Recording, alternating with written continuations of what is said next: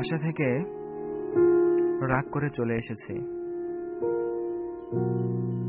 যতদিন বাবা Samsung Galaxy J7 phone কিনে না দিবেন ততদিন আর ফিরে যাব না। আসার আগে মাকে বলে এসেছি যে যতদিন ফোন কিনে না দিবে ততদিন বাসায় ফিরে যাব না। খুব বেশি কিছু কি চেয়েছি আমি? 20-25 হাজার টাকার একটা ফোনই তো, যে জায়গায় আমার ম্যাক্সিমাম বন্ধুরা iPhone 6 Plus ইউজ করে আর অ্যান্ড্রয়েড তো সবার হাতে হাতেই। সে জায়গায় আমি কিনা এখন ওয়ালটন অলভিউ L16 মডেলের ফোন চালাই। এটা আমার প্রেস্টিজে বাধে, তাই চলে এসেছি বাসা থেকে।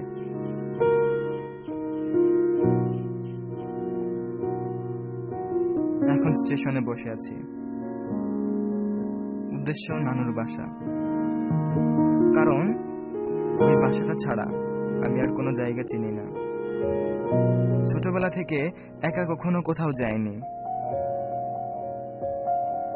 আর কলেজ টাইম ছাড়া বন্ধুদের সাথে আড্ডাও তেমন দেইনি।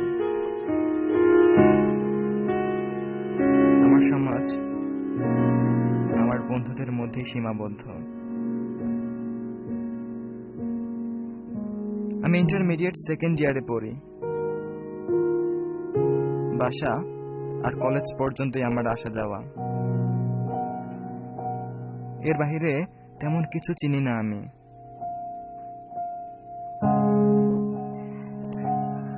কানে হেডফোন লাগিয়ে পায়ের উপর পা তুলে গান শুনছিলাম আর ট্রেনের জন্য ওয়েট করছিলাম। গানের তালে অন্যমনস্ক হয়ে গিয়েছিলাম। হঠাৎ করে কেউ একজন হাঁটুতে ধরে ধাক্কাচ্ছিল। একরাশ বিরক্তি নিয়ে তাকিয়ে দেখি 5 থেকে 6 বছরের একটা বাচ্চা খালি গায়ে দাঁড়িয়ে, পরনে একটা নোংরা জিন্স প্যান্ট, মাথায় একটা ছোট সিলভারের বল, বলের মাঝে হাফ লিটারের বোতল ভর্তি 4 বোতল পানি। আমি তার দিকে ঘুরতেই সে তোতলাতে তোতলাতে বলল, পানি কিনবেন স্যার? অন্য সময় হলে স্যারের জায়গায় সাল শুনে হেসে কুচি কুচি হয়ে যেতাম, কিন্তু এতটুকু পিচ্চি বাচ্চা পানি বিক্রি করছে এটা কিছুতেই মানতে পারছিলাম না। কেমন বাবা মা ওর, এই বয়সে ওকে কাজে নামিয়ে দিয়েছে। আমার স্পষ্ট মনে আছে যখন আমি ক্লাস 2তে পড়তাম তখন এই ছেলেটার থেকে তো বড়ই ছিলাম, তবু একা একা খেলতে গেটের বাইরে চলে এসেছিলাম।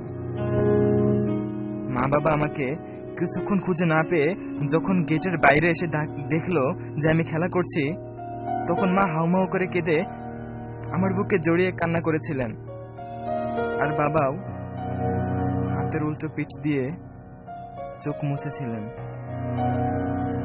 আর ওই ছেলেটাকে ওর বাপ মা এভাবে স্টেশনের মতো নোংরা জায়গায় ছেড়ে দিল। প্রথমে ভাবছিলাম পানি কিনবো না, আমার কাছে টাকা সীমিত, রাগ করে আসলে তো কারো বাবা মা টাকা দিয়ে দেয় না। তবুও ছেলেটা বারবার অনুরোধ করায় না করতে পারলাম না।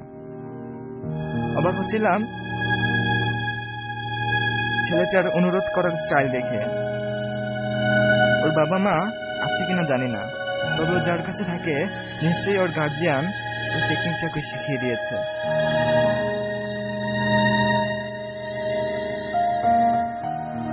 বাচ্চা মানুষ সহজেই মানুষের মন দুর্বল করতে পারে, তাই হয়তো এই পদ্ধতি অবলম্বন করে এই পিচ্চি প্রতিনিয়ত বিক্রি করে চলেছে। এই পদ্ধতি হয়তো তার গার্জিয়ানে শিখিয়ে দিয়েছে ওকে।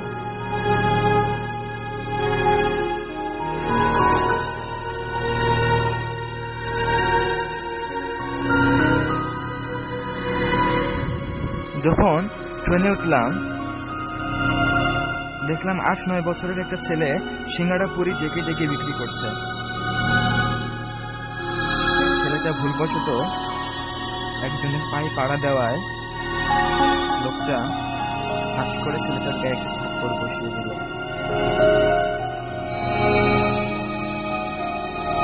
অথচ ওই বয়সে আমার মা আমাকে মুখে তুলে খাইয়ে দিতেন। বাবা কোনো কারণে আমাকে শাসন করলে মা বাবাকে, আর মা শাসন করলে বাবা মাকে বকত। আর কেউ কখনো থাপ্পড় দেওয়ার মতো দুঃসাহস তো আজ অব্দি দেখাতে পারেনি। এসব ভেবে ভেবে যখন চোখ প্রায় লাল হয়ে আসছিল, ঠিক তখনই আরো একটা দৃশ্য চোখে পড়ল। 11 কি 12 বছরের একটা ছেলে ট্রেনে ঘুরে ঘুরে চা বিক্রি করছিল। এক লোককে সে যখন এক কাপ চা দিচ্ছিল, ট্রেনের ঝাঁকুনিতে কাপ থেকে একটু চা লোকটার প্যান্টে পড়ে গেল। এতে করে লোকটা রেগে গিয়ে পুরো চাটা ছেলেটার গায়ে ছুঁড়ে মারলো। না, এইবার আর সহ্য হচ্ছে না। এগুলো কোনো জীবন হলো? আজ এগুলো না দেখলে ছোটবেলা থেকে কত আরাম এসে বড় হয়েছে সেটা কখনোই বুঝতে পারতাম না।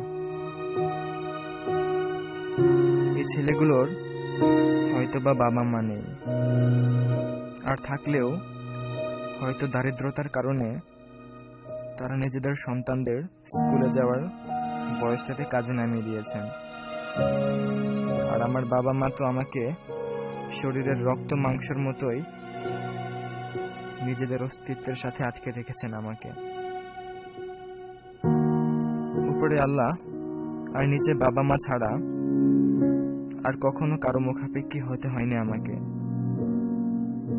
আর আমি সেই বাবাকে একটা ফোনের জন্য যাতা বললাম, তার সারা জীবনের স্নেহ ভালোবাসার প্রতিদান এভাবে দিলাম। কিছুতেই কান্না আটকাতে পারছিলাম না। কাঁদতে কাঁদতে বাবাকে ফোন দিলাম। ওপাশ থেকে ফোন রিসিভ করে বাবা বলে উঠল, কিরে বাপ, ফোন অফ করে রেখেছিলি কেন? ফিরে আয়, আমি তোকে আজই ফোন কিনে দেব। আমি এবার কান্না আটকাতে পারছিলাম না। চোখ বেয়ে টপ টপ করে পানি পড়ছিল। আমি হাউমাউ করে কেঁদে উঠলাম। তখন আমি বাবাকে বললাম, বাবা, আমার ফোন লাগবে না, আমার কোনো ফোন লাগবে না, আমার কোনো ফোন লাগবে না। আমার শুধু মাথার উপর তোমার ছায়াটা চাই, শুধু তোমার আর মায়ের ভালোবাসা চাই আমার। বাবা, আমাকে মাফ করে দাও, আমাকে মাফ করে দাও। আর কখনো তোমার অবাধ্য হব না। ওপাশ থেকে কোনো শব্দ আসছে না, তবে আমি বুঝতে পারছি যে এতক্ষণে বাবার চোখ দিয়েও হয়তো 2 ফোঁটা জল চিবুক গড়িয়ে মাটিতে পড়েছে।